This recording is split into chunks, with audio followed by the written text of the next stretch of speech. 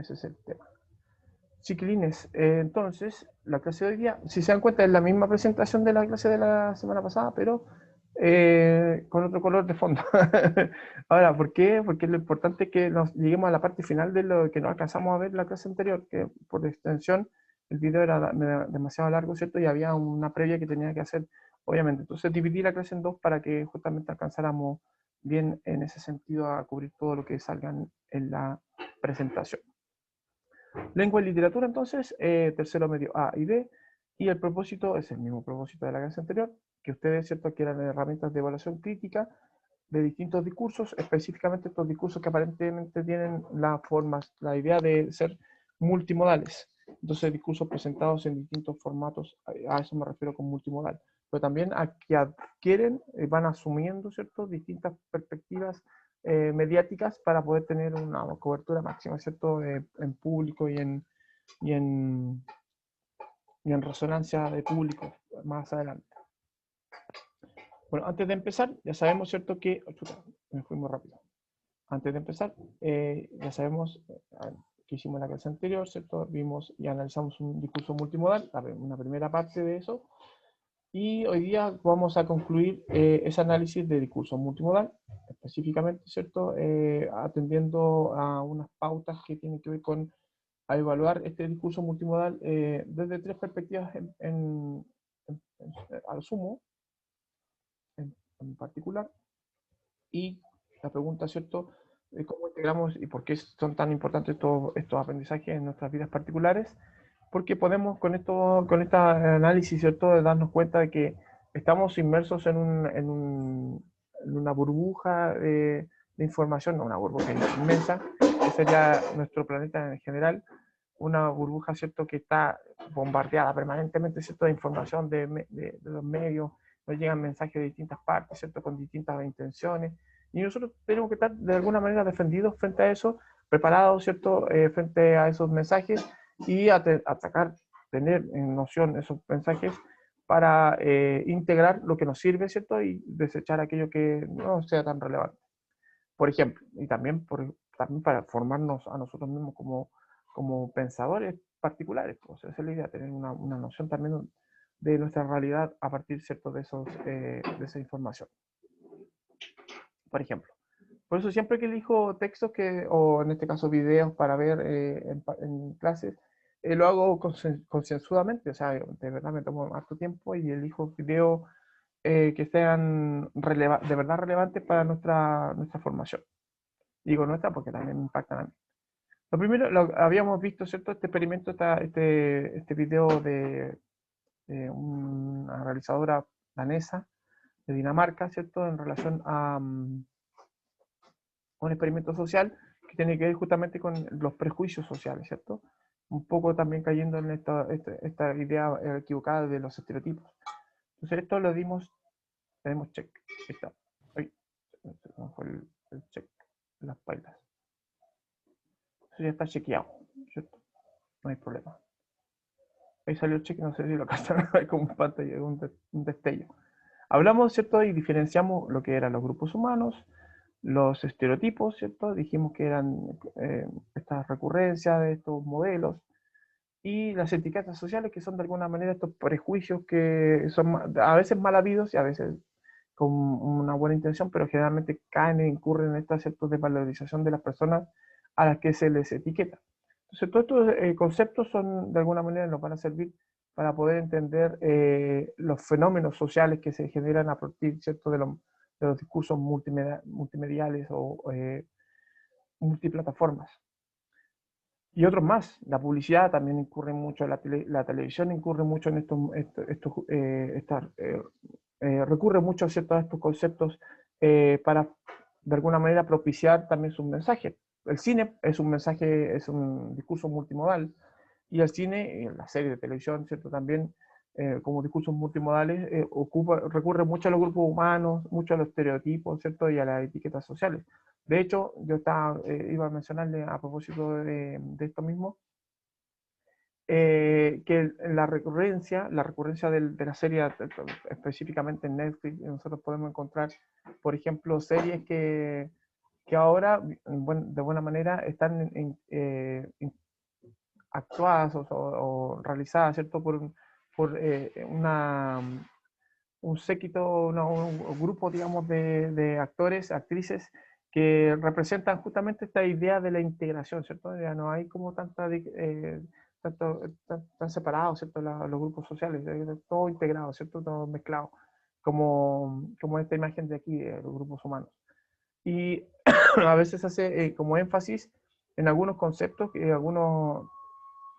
algunos conceptos que se quieren como hacer fuerte a propósito de eso, pues, y tratan como de imponernos esos discursos, esos conceptos, esos mensajes nuevos, un poco a la fuerza incluso. Entonces vemos como un poco forzada de repente algunas tramas, pues estoy pensando en Enola Holmes, por ejemplo, que está basada en un libro que no es muy antiguo y que es una adaptación, perdón, más que una adaptación, es como una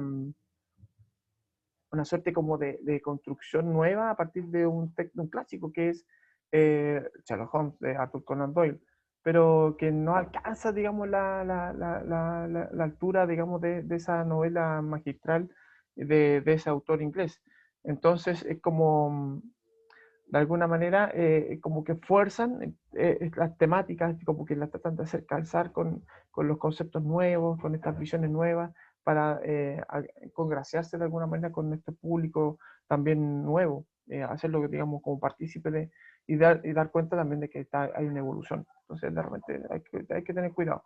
Lo que pasa a propósito con la cancelación, lo contrario de lo que sucede con los estereotipos, ¿cierto? Que se recurre mucho a los estereotipos, pero ahora se está recurriendo mucho a la cancelación.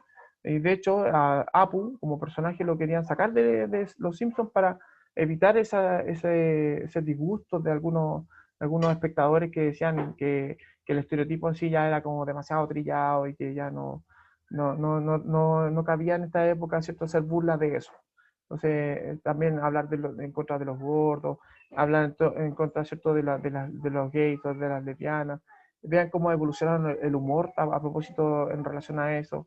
Lo que pasó con Beloni, por ejemplo, en el Festival de Viña. A eso me refiero con que los estereotipos de alguna manera tienen una percepción un poco exagerada de la realidad y todo, y eso es lo que genera, en el humor, por ejemplo, genera justamente lo cómico, y ahora esos mismos estereotipos van haciendo que el humorista vaya como descartando, ¿cierto? Esas tallas que antes hacía y que les resultaban bien, porque el público, los grupos humanos nuevos, ¿cierto? Son distintos.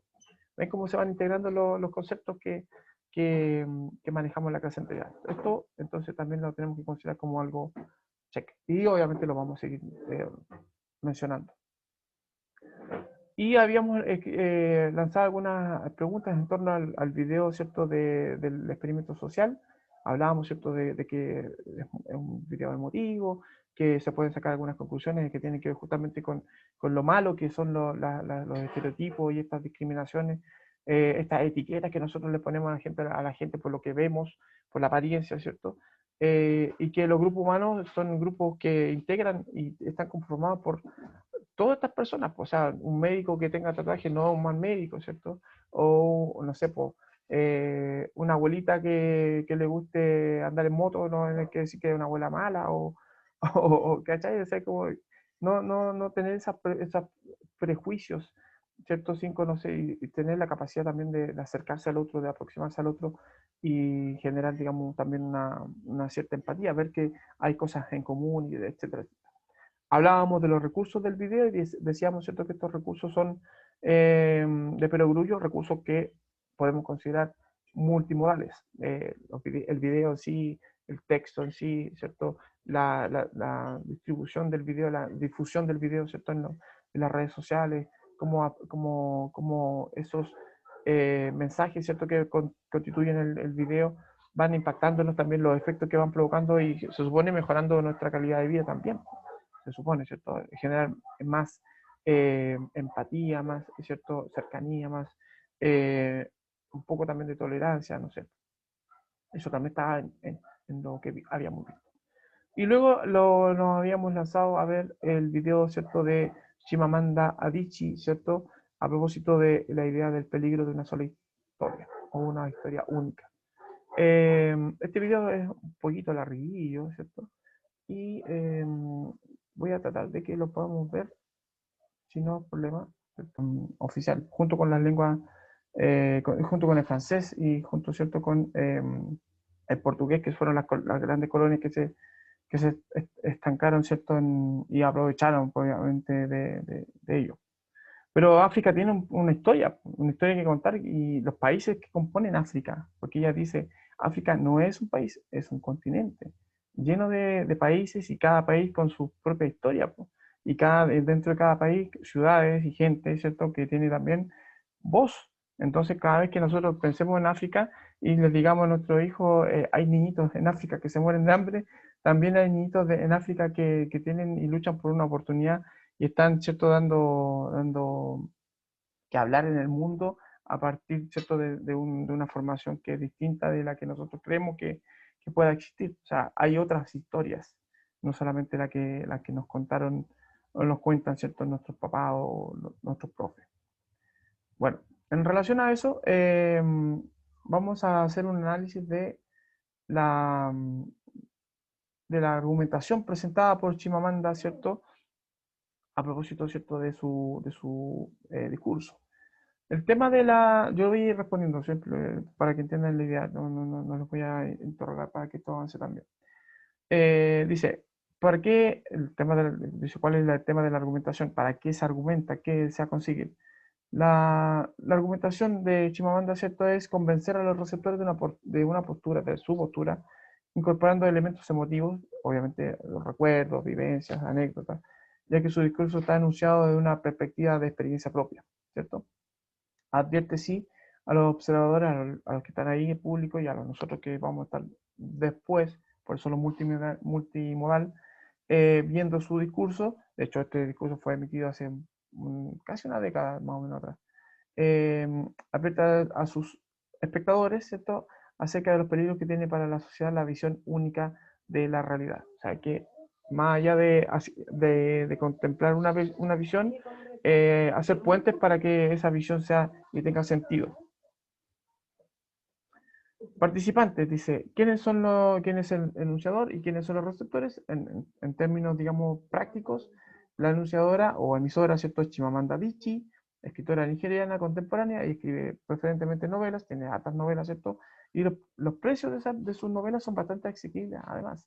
Están disponibles en castellano, por si las quieren revisar por ahí y tener una aproximación más real, digamos, a quién es ella. O sea, no solamente por a través de un discurso. El auditorio global van a ser los observadores de la charla TED, en este caso en el mundo entero, porque se fue transmitida simultáneamente a varias partes del mundo, pero también a los que están ahí presentes. Ahora, receptores ideales son todos nosotros que somos y que podemos considerar receptores cultos, educados, ¿cierto?, como nosotros, como ustedes, instruidos en el ámbito literario, sabemos de literatura, sabemos que la literatura cuenta historia, bla, bla, bla, y que a pesar de un discurso, en este caso, unidireccional, o sea, de ella hacia nosotros, tenemos, ¿cierto?, también la posibilidad de comentar, de expresar nuestras opiniones mediante distintas plataformas virtuales. De hecho, hoy esta clase está facilitada justamente por estos recursos multimodales que son, en este caso, Zoom, sin ir más lejos. ¿Cuál sería el contexto? ¿Cómo se podría evaluar el contexto de producción de esta presentación? Estamos hablando del ámbito, ¿cierto?, de la enunciación, perdón, no de la argumentación, la enunciación. El contexto de enunciación sería entonces un contexto formal, presencial en el caso, ¿cierto?, de donde fue filmado este discurso, pero también virtual porque se difundió a través, ¿cierto?, de la web. ¿Y cuál sería el canal? Bueno, en este caso, vamos a decirlo en términos bien grandes, el canal es el canal audiovisual. O sea, nosotros vemos y escuchamos a Chimamanda Adichie. Ahora sí, en relación a los recursos que utilizó ella para su presentación, voy a poner por aquí abajito para que puedan ver las respuestas. Los recursos lingüísticos, bueno, desde el punto de vista, ¿cierto?, de lo que se presenta ahí, apariencia y gesticulación. Los recursos no lingüísticos son ella cubierta a la usanza, ¿cierto?, de la gente en Nigeria, o con las mujeres en particular, ¿cierto?, con una especie como de turbante, un pañuelo, usada de manera tradicional. vestuario y maquillaje sencillo, ¿cierto? Como una persona común y corriente, no con la vestimenta típica de la gente en Nigeria, que son como una especie como de túnicas largas, ¿cierto? Producto del calor. Como no está en Nigeria, ella se adaptó, digamos, a esta presentación en el lugar en donde fue, obviamente. De hecho, por eso ella se menciona que su historia, esa anécdota, ¿cierto? De que su historia hablan de nieve, de manzana, cuando en realidad nunca hubo nieve en Nigeria y nunca hubo manzana, ¿cierto? Que, como fruta típica, sino mangos y mucho calor, mucho sol. Entonces, claro, hay muchas sonrisas en torno a eso, ¿cierto? Muchas anécdotas, miradas al público, gestos de complicidad, ¿cierto? Con ellos, risa del público también de parte de, asumiendo, ¿cierto? Lo que está ella diciendo, asumiéndolo y obviamente entendiéndolo y compenetrándose también con esta historia que ella nos cuenta. Hay, por tanto, un reconocimiento de su cultura, se demuestra de alguna manera cierta sobriedad en su presentación, no hay tampoco así como un desborde de personalidad, así, ni mucho menos, es sobria, se mantiene dentro de lo que se espera de una presentadora que va a contar una historia con humildad, pero sin recaer en ese excesivo concepto de humildad. Ilustra de esa manera la situación de que ella vivió, su formación y lo que los medios, digamos, esperaban de ella, que escribiera historias verdaderamente africanas, o sea, de niñitos muriéndose prácticamente de hambre o de sida, y no es así. La historia, ¿cierto?, nos dice otra cosa. Aquí en América Latina también hay gente que muere de hambre y de enfermedades de transmisión sexual todos los días, y otras tantas enfermedades también. También hay mucha pobreza, hay mucha desigualdad, sin ir más lejos. Así que no nos quedemos con que somos un continente o un país bacán en comparación, digamos, con otros países. También nosotros tenemos mucho que mejorar en casa. No veamos la viga en el ojo ajeno, sino, perdón, la paja en el ojo ajeno, sino la viga en el propio. Recursos lingüísticos, recursos utilizados dentro de la presentación. Todo esto es marcado en una primera persona, en el uso de verbos, ¿cierto? Ella cuenta su historia, asumiendo que es su versión de la historia. Dice, por ejemplo, algunas expresiones valorativas como mi pobre madre, gran lástima, auténticamente africano, grandes sueños, inmigrante abyecto. Habla, ¿cierto?, utiliza interrogantes para poder, obviamente, poner en perspectiva lo que ella está diciendo, justamente porque ella también dice, se acusa a sí mismo de haber caído en esta también de esta falta de criterio al considerar también una sola historia a propósito de lo que estaba pasando en México. Y habla del problema de inmigración que hay, ¿cierto? También a propósito de eso, que hubiera sido antes, ¿cierto?, de su viaje a México, conocer un poco lo que estaba sucediendo en ese país en particular, ¿cierto? Y también se habla mucho de hecho los gringos cometen ese mismo error con nosotros, pues dicen que después, que todos los Latinoamérica, todos los latinos somos prácticamente mexicanos. Son distintos tipos de mexicanos, nada más. Una cosa así. Han salido en varias películas esa idea errada acerca de quiénes somos nosotros los latinoamericanos. Estoy leyendo lo que escribió la Bárbara. Eh, claro, sí, po. Justamente lo que estábamos diciendo. Coincidimos en el ejemplo, Bárbara. Exacto. Justamente un error en el que nosotros incurrimos permanentemente. Es como decir, por ejemplo, a propósito de lo que pasa en Haití, po, que prácticamente en Haití la gente bueno, hay mucha pobreza, por supuesto, mucha desigualdad, pero también hay gente que ha tenido la opción, la opción de, digamos, estudio, hay gente bien preparada, hay doctores, hay profesores, hay políticos, hay mecánicos, ingenieros, qué sé yo, hay gente que está en Haití que tiene una buena preparación, una buena educación. Y no crean que solamente hay gente que no tiene que comer. O sea, por supuesto que también hay de eso, pero también están los otros tipos de ciudadanos, ¿cierto? Y no nos quedemos simplemente con esa idea que nos transmiten en la tele o en los medios, ¿cierto? Que es de solo pobreza, o que en México hay puros narcotraficantes, o que en Colombia, ¿cierto? Prácticamente las calles están pintadas con cocaína, una cosa así.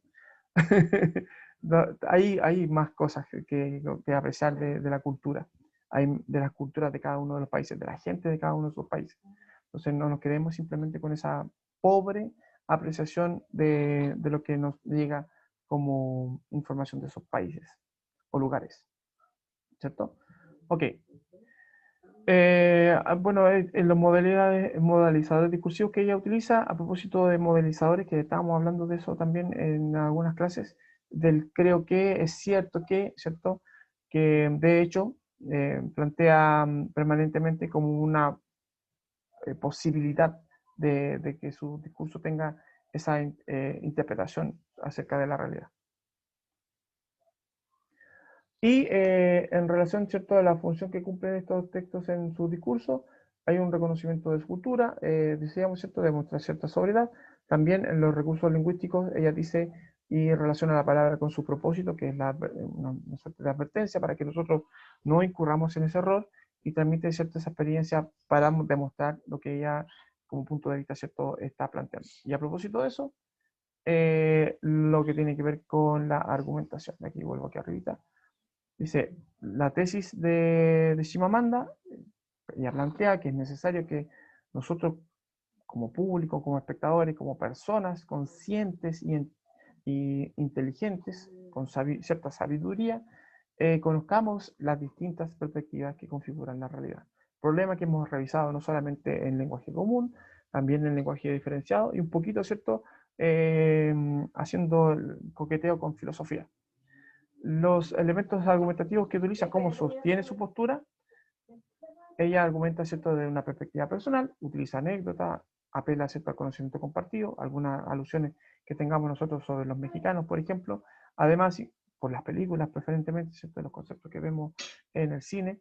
Además, incluye alusiones particulares de la literatura occidental y nigeriana que tienen que ver con esa pobreza de apreciación. John Locke, ¿cierto?, citado varias veces, cuando tenemos una sola historia, nuestra visión es restringida y no permite conectarnos con los demás. La historia única genera y transmite visiones simplistas y estereotipadas. Los estereotipos en este sentido tienen una connotación negativa porque son pobres. No alcanzan a la totalidad de lo que se supone que es y podría ser, digamos, una persona. La historia única entonces acarrea consecuencias negativas para la sociedad porque empobrece el diálogo que hay entre las distintas culturas. ¿Se entiende? Bueno, ahí para ir cerrando, aquí se me arrancó un concepto. ¿Qué aprendimos hoy? Para ir cerrando, porque ya estamos como bastante. Evaluamos críticamente distintos discursos multimodales. Entendimos, ¿cierto?, críticamente qué es un discurso multimodal, que está ahí en los medios y ustedes pueden acceder a muchos otros discursos, preferentemente en las charlas TED. En la página TED tiene muchos discursos que son muy entretenidos y que hablan de muchas cosas, no solamente de literatura nigeriana, pero también hay de esos, ¿cierto?, para los que se quieran interesar, sobre todo los que dicen tener alguna vocación humanista, por ejemplo, no excediendo, sacando de lado, ¿cierto?, a los matemáticos, que también deberían tener una formación un poco más amplia, ¿cierto? Importante eso.